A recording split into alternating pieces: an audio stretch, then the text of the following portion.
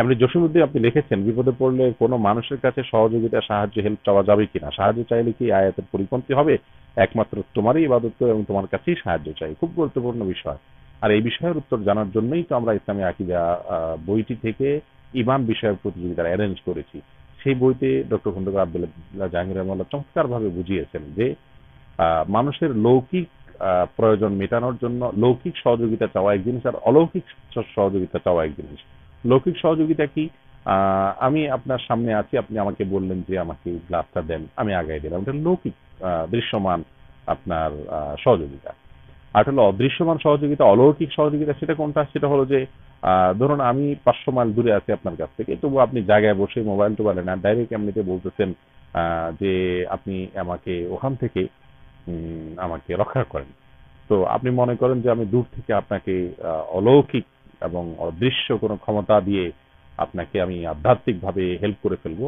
এটা হলো অলৌকিক সহযোগিতা। আল্লাহ তাআলা কোরআনে কারিমে বলেছেন, ইয়াকা না'বুদু ওয়া ইয়াকা নাস্তাঈন। এখানে উদ্দেশ্য হলো যে আমরা অলৌকিক সহযোগিতা শুধু আল্লাহর কাছেই চাইবো। আর লৌকিক সহযোগিতা মানুষের কাছে চাইতে কোনো অসুবিধা নেই, যদিও যে কোনো সহযোগিতাই আল্লাহ তাআলার কাছে চাওয়া একজন ঈমানদারের ঈমানের সঙ্গে সঙ্গতিপূর্ণ। নবী করিম সাল্লাল্লাহু আলাইহি ওয়াসাল্লাম বলেছেন, তোমার যখন জুতার ফিতা ছিঁড়ে যাবে সেটার যাতে মেরামত করতে পারো, এই জন্য আল্লাহর কাছে তৌফিক এবং সামর্থ্য কামনা করবে। অতএব আপনি কারোর কাছে যদি সাহায্য চান তাহলে শিরক হয়ে যাবে না, এবং তোমার ইবাদত করি, তোমার কাছেই সাহায্য চাই, ইয়াকা না'বুদু ওয়া ইয়াকা নাস্তাঈন, এর খেলাফ হবে না। এরপরে নীল আকাশের চাঁদ, এই আইডি থেকে আপনি লিখেছেন, মাশাআল্লাহ, সুন্দর সুন্দর নাম রাখেন আপনারা আপনাদের আইডি গুলো। নীল আকাশের চাঁদ, সুবহানাল্লাহ। আমার মেয়ের বয়স 3 বছর, এখন কি আকিকা দেয়া যাবে? যদি আকিকা আগে না দিয়ে থাকেন তাহলে এখন আকিকা দিলে আকিকা হয়ে যাবে। এটা অনেক স্কলারদের মত, এবং এই মতটি অধিকতর বিশুদ্ধ। কোন কোন সারা বলেছেন যে আমার ছোটবেলা আকিকা মা বাপ দিয়েছেন কিনা, যদি আমি নিশ্চিত হতাম যে দেয়নি তাহলে সেক্ষেত্রে আমি বড় হওয়ার পরে আকিকা নিজে দিতাম। এখান থেকে বোঝা যায় বড় হওয়ার পর আকিকা দেয়া যেতে পারে, তবে অবশ্যই সুন্নাহ সম্মতভাবে হলো না, কোনো মতে আদায় হলো আর কি। সুন্নাহ হবে 7ম দিন কিংবা 14তম দিন কিংবা 21তম দিনে আকিকা দিলে সেটি। নাইম সাইম নাইম সাইম আইডি থেকে আপনি লিখেছেন, হিন্দুদের পুজোর নাড়ু খাওয়া যাবে কিনা? একটু আগে আমরা উত্তর দিয়েছি, একটু মেহরবানি করে শুনে নেবেন।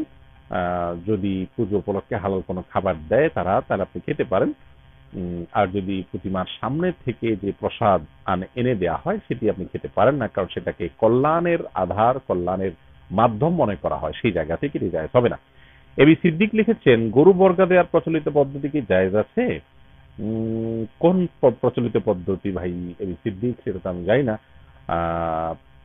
এমনিতে বর্গা দেয়া তো ইসলামের নিষিদ্ধ কোনো বিষয় না, জায়েজ আছে। অতএব গরু বর্গা দেওয়া যেতে পারে, কিন্তু গরু বর্গা দেওয়ার কোনো অঞ্চলে কোনো বিশেষ পদ্ধতি থাকতে পারে, সেটা যদি খোলামেলা বলতে পারতেন তাহলে আমার জন্য উত্তর দেওয়াটা সহজ হতো। বিধায় উত্তরটা আমরা স্কিপ করছি, এই প্রশ্নকে আমরা